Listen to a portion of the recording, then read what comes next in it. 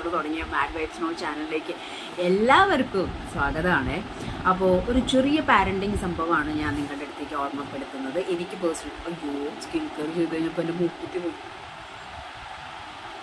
മൂക്കുത്തി കാണുന്നില്ല. അപ്പോൾ ഞാനും പൊന്നുമായിട്ട് ചെറിയൊരു ക്ലാഷ് ഉണ്ടായി കഴിഞ്ഞ ദിവസം. എന്തോ ഒരു സംഭവം അവൾ വിളിച്ചിട്ട് പെട്ടെന്ന് വരാത്തതിൻ്റെ എന്തോ ഒരു ഇതിൽ ഞാൻ അവൾ ഹെഡ്സെറ്റ് വെച്ച് പാട്ട് കേട്ടുകൊണ്ടിരിക്കുക ആശാത്തി. അപ്പോൾ ഞാൻ കുറേ പ്രാവശ്യം ഡാൻസ് ക്ലാസ്സിന് പോകാനുള്ള സമയത്തിന് വേണ്ടി വിളിച്ചിട്ട് ആശാത്തി കേട്ടില്ല. അപ്പോൾ ഞാൻ പുറത്ത് പോയപ്പോൾ അവിടെ അവൾ അപ്പുറത്തെ ബെഡ്റൂമിൽ ഇരുന്നിട്ട് അവൾ പാട്ട് ഇടണം പൊന്നോ എന്ന് പറഞ്ഞിട്ട് ഞാൻ വിളിച്ചപ്പോൾ പറഞ്ഞിട്ട് ആളിങ്ങനെ ഞെട്ടി ഇതാക്കി. അപ്പോൾ ഞാൻ ഇങ്ങനെ ഹെഡ്സെറ്റ് വെച്ച് ഇരിക്കലായിരുന്നു ചീത്ത പറഞ്ഞിട്ട് ഞാൻ അങ്ങോട്ട് പോന്നു. ഡാൻസ് ക്ലാസ്സിനൊക്കെ പോയി, കുഴപ്പമൊന്നും ഉണ്ടായില്ല, ആൾ ഓക്കെയാണ് കേട്ടോ.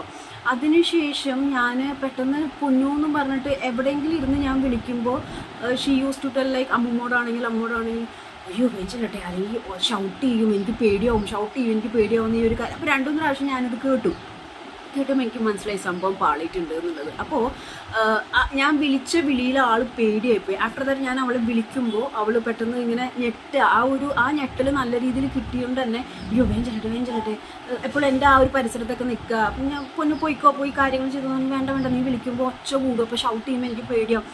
അപ്പോൾ എനിക്ക് മനസ്സിലായി ഇത് നല്ല രീതിയിൽ ആൾക്ക് ഉള്ളിൽ തട്ടിയിട്ടുണ്ടെന്ന്. പിന്നെ ഞാൻ അടുത്ത് വിളിച്ചെടുത്തി സോറി പറഞ്ഞ് പൊന്നു അത് പെട്ടെന്ന് ഞാൻ വിളിച്ചപ്പോൾ ക്ലാസ്സും ലേറ്റായി, അപ്പോൾ നീ വിളിയും കേൾക്കണില്ല, എനിക്കറിയാം നീ ഇവിടെ അടുത്ത് തന്നെ ഉണ്ടെന്നുള്ളത്, എന്നിട്ട് ഇത്രയും വിളിച്ചിട്ട് വിളി കേൾക്കാത്തതുകൊണ്ടാണ് ഞാൻ അങ്ങനെ ഉറക്കെ വിളിച്ചത്, സോറി ഞങ്ങൾ ചെയ്യില്ലാട്ടോ പറഞ്ഞ് ആളെ ഞാൻ സമാധാനിപ്പിച്ചു. അപ്പം നമ്മൾ കുട്ടികളുടെ അടുത്ത് ചൂടാവുമ്പോൾ അല്ലെങ്കിൽ പെട്ടെന്ന് തല്ലുമ്പോൾ അല്ലെങ്കിൽ ചില വാക്കുകൾ ഉപയോഗിക്കുമ്പോൾ അവരുടെ മൈൻഡിൽ ആ സാധനം നന്നായിട്ട് കൊള്ളും.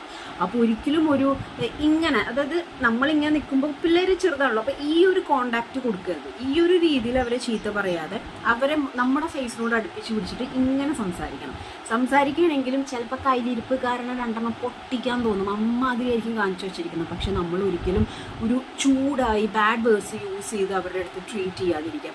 അങ്ങനെ ചെയ്യാമോ അല്ലെങ്കിൽ ഇങ്ങനത്തെ രീതിയിൽ പേടിപ്പിക്കുകയും വേണം, എന്നാൽ ആ പേടി ഓവറും ആവരുത്.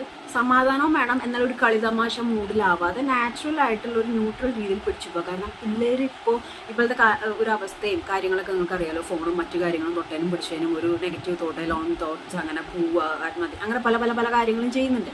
അപ്പോൾ നമ്മൾ പറഞ്ഞു വന്നത് എന്താണെന്ന് വെച്ച് കഴിഞ്ഞാൽ ആ ഒരു ട്രീറ്റ് ചെയ്യുന്ന രീതി ഭയങ്കര ഫ്രണ്ട്ലി മാനർ ആയിരിക്കണം. എല്ലാ കാര്യങ്ങളും അവർക്ക് പറഞ്ഞ് മനസ്സിലാക്കി കൊടുക്കണം. വീടാണ് എല്ലാത്തിൻ്റെയും ബേസ് എന്ന് പറയുന്നത്. കുട്ടി വളർന്നു വരുന്നതിൻ്റെ റൂട്ട് എന്ന് പറയുന്ന വീട് തന്നെയാണ്.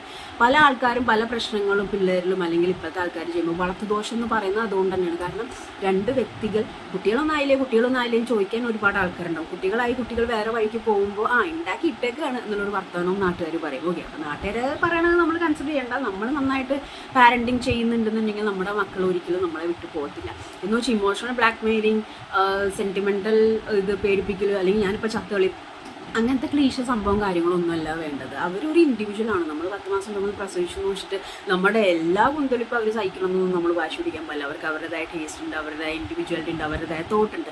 ഈ തോട്ടെന്ന് പറയുന്നത് ഒരു പരിധി വരെ നമ്മുടെ ഇൻഫ്ലുവൻസ് അവർക്ക് ഭയങ്കരമായിട്ട് വേണം. നമ്മുടെ ഒരു പാരൻറ്റിങ്, നമ്മുടെ ഒരു ഗ്രോയിങ് സ്റ്റൈൽ, നമ്മൾ പറഞ്ഞു കൊടുക്കുന്ന കാര്യങ്ങൾ, നമ്മൾ ചെയ്യുന്ന കാര്യങ്ങൾ, നമ്മുടെ മക്കൾ നമ്മളെ ഭയങ്കരമായിട്ട് കോപ്പി ചെയ്യും. നമ്മൾ ചെയ്യുന്ന കാര്യങ്ങളും എല്ലാം ഭയങ്കരമായിട്ട് ചെയ്യും. അത് നിങ്ങൾക്ക് ശ്രദ്ധിച്ചാൽ മനസ്സിലാവും, അച്ഛൻ അങ്ങനെ ചെയ്യുന്നുണ്ടല്ലോ, അമ്മ അങ്ങനെ ചെയ്യുന്നുണ്ടല്ലോ, ചേച്ചി അങ്ങനെ ചെയ്യുന്നുണ്ടല്ലോ. അപ്പോൾ ഇവരിതെല്ലാം ഇങ്ങനെ മോണിറ്റർ ചെയ്യുന്നുണ്ടാവും. അപ്പോൾ ഒരു പരിധി വരെ അവരുടെ തോട്ട് പ്രോസസ്സിന് ഉത്തരവാദി നമ്മൾ തന്നെയാണ്. അപ്പോൾ ഷൗട്ട് ചെയ്യാതിരിക്കുക, നല്ല കാര്യങ്ങൾ പറഞ്ഞു കൊടുക്കുക. അയ്യോ പിള്ളേരോട് ഇതിപ്പോൾ എങ്ങനെ പറയാം, പിള്ളേർ ഇത് കേൾക്കേണ്ടതെന്ന് വെച്ചിട്ട് അങ്ങനെ ഒരു ഹൈഡിങ്ങിൻ്റെ കാര്യമില്ല. സെക്സ് ആണെങ്കിലും എന്ത് സംഭവമാണെങ്കിലും എന്താണോ അവരുടെ ഏജ്, ആ ഏജിൽ അവർ അറിഞ്ഞിരിക്കേണ്ട കാര്യങ്ങൾ അറിഞ്ഞിരിക്കുക തന്നെ വേണം. കാരണം പുറത്തുനിന്നുള്ള ആൾക്കാർ പറഞ്ഞു കൊടുക്കുമ്പോൾ മസാല ആഡ് ചെയ്യും, അവർക്ക് ഒരുപക്ഷെ അത് ട്രൈ ചെയ്യാൻ തോന്നും, അങ്ങനെ പല പ്രശ്നങ്ങളും ഉണ്ടാവും. അപ്പോൾ നല്ല ഫ്രണ്ട്ലി, എനിക്ക് എന്തുണ്ടെങ്കിലും എൻ്റെ വീട്ടിൽ പറയാം, എൻ്റെ ഹോമാണ് ഏറ്റവും വലിയ എൻ്റെ വണ്ടർഫുൾ ഇത്, എൻ്റെ പാരൻസ് ആണ് എൻ്റെ ഏറ്റവും വലിയ ഫ്രണ്ട്സ് എന്നുള്ളൊരു വൈബ് ഉണ്ടെന്നുണ്ടെങ്കിൽ മക്കൾ നമ്മുടെ കൺട്രോളിൽ നിൽക്കുകയും മാമ്പൂ നോക്കിയും പിള്ളേരെ നോക്കിയിട്ടും ആശിക്കരുതെന്നൊക്കെ പറയുന്നുണ്ടെങ്കിലും ആ ഒരു ഇപ്പോഴത്തെ ഇതിൽ നമ്മളൊന്ന് ടൈറ്റ് ചെയ്ത് പിടിക്കാതെ ലൂസാക്കി പിടിക്കുക. അവർ പോയിക്കോട്ടെ, പക്ഷേ ആ ഒരു ചരട് നമ്മുടെ കയ്യിൽ നല്ല രീതിയിൽ ഉണ്ടാവണമാണ് നല്ലത്.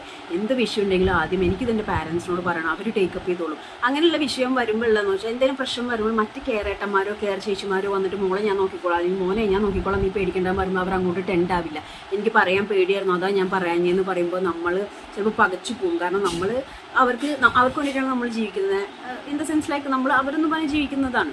എന്ന് വെച്ചാൽ നമ്മുടെ എല്ലാ കാര്യങ്ങളും വിട്ടുകളെന്നല്ല എന്നിട്ട് ഞാൻ പറയുന്നത്. നമ്മൾ അവരെ വളർത്തിക്കൊണ്ടുവന്ന ഒരു നിലയിലാക്കി അവരൊരു സെറ്റായിട്ട് കാണുമ്പോൾ നമുക്ക് ഉണ്ടാകുന്ന ഒരു സന്തോഷമല്ല. അപ്പോൾ ഒരു പേടി മാറ്റി കൊടുക്കുക. ഇതേപോലെ എനിക്ക് പറ്റിയൊരു അബദ്ധമാണത്. ഞാൻ പെട്ടെന്ന് ഇങ്ങനെ ഷൗട്ട് ചെയ്ത് കഴിയുമ്പോൾ അവരുടെ ഭാഗത്തു നിന്നുണ്ടായ ഒരു റെസ്പോൺസ്. അപ്പോൾ എനിക്കത് മനസ്സിലായി. ഞാനത് സോറി പറഞ്ഞു, ക്ലിയർ ചെയ്തു. അമ്മയല്ലേ എനിക്ക് നിന്നെ ചീത്ത പറയാം, അങ്ങനത്തെ ഡയലോഗൊന്നും ഞാൻ പറഞ്ഞില്ല. പറ്റിപ്പോയി, സോറി, ഞാൻ പെട്ടെന്നുള്ളൊരു ഇതിൽ പറഞ്ഞു പോയതാണ്, ഇനി ആവർത്തിക്കില്ല. അങ്ങനെ പാളിച്ചിരിച്ചില്ലേ. അപ്പോൾ ഇതേപോലെ മക്കളെ നിങ്ങൾ ശ്രദ്ധിക്കുക. അവരുടെ ബിഹേവിയറും ആറ്റിറ്റ്യൂഡും ബോഡി ലാംഗ്വേജും അവർ സംസാരിക്കുമ്പോൾ അവരുടെ കണ്ണ് വരെ നോക്കുക. അവർ ഹൈഡ് ചെയ്യുന്നുണ്ടോ എല്ലാം നമുക്ക് ഇവരായിട്ടൊരു ഫ്രണ്ട്ലി അറ്റാച്ച്മെന്റ് ഉണ്ടെന്നുണ്ടെങ്കിൽ ഇവർക്ക് നമുക്കിത് മനസ്സിലാക്കാൻ പറ്റും. അപ്പോൾ ഞാൻ അധികം വലിച്ചു നീട്ടുന്നില്ല. പാരന്റിംഗ് എന്ന് പറയുന്നത് വളരെ മനോഹരമായിട്ട് ആഘോഷിക്കാൻ അല്ലെങ്കിൽ എൻജോയ് ചെയ്യാൻ പറ്റുന്ന സംഭവമാണ്. അൺഫോർച്ചുനേറ്റ്ലി ലോകത്ത് എല്ലാവർക്കും ഈ ഒരു ഭാഗ്യമില്ല. പക്ഷെ കിട്ടിയവർ, ആ പാരന്റിംഗ് സുഖം കിട്ടിയവർ അത് നന്നായിട്ട് കീപ്പ് ചെയ്ത് പോവുക. ഈ മക്കള് ഉണ്ടാവാനും അതിനൊക്കെ അതും ഞാൻ പറയാണ്, ആഗ്രഹിക്കുന്നവരും ട്രീറ്റ്മെൻറ്റ് ചെയ്യുന്നവർക്കൊക്കെ എത്രയും വേഗം നല്ലൊരു കുഞ്ഞു വാവ ഉണ്ടാവട്ടെ. Thank you for watching my video. അപ്പം ബൈ, കാണാം.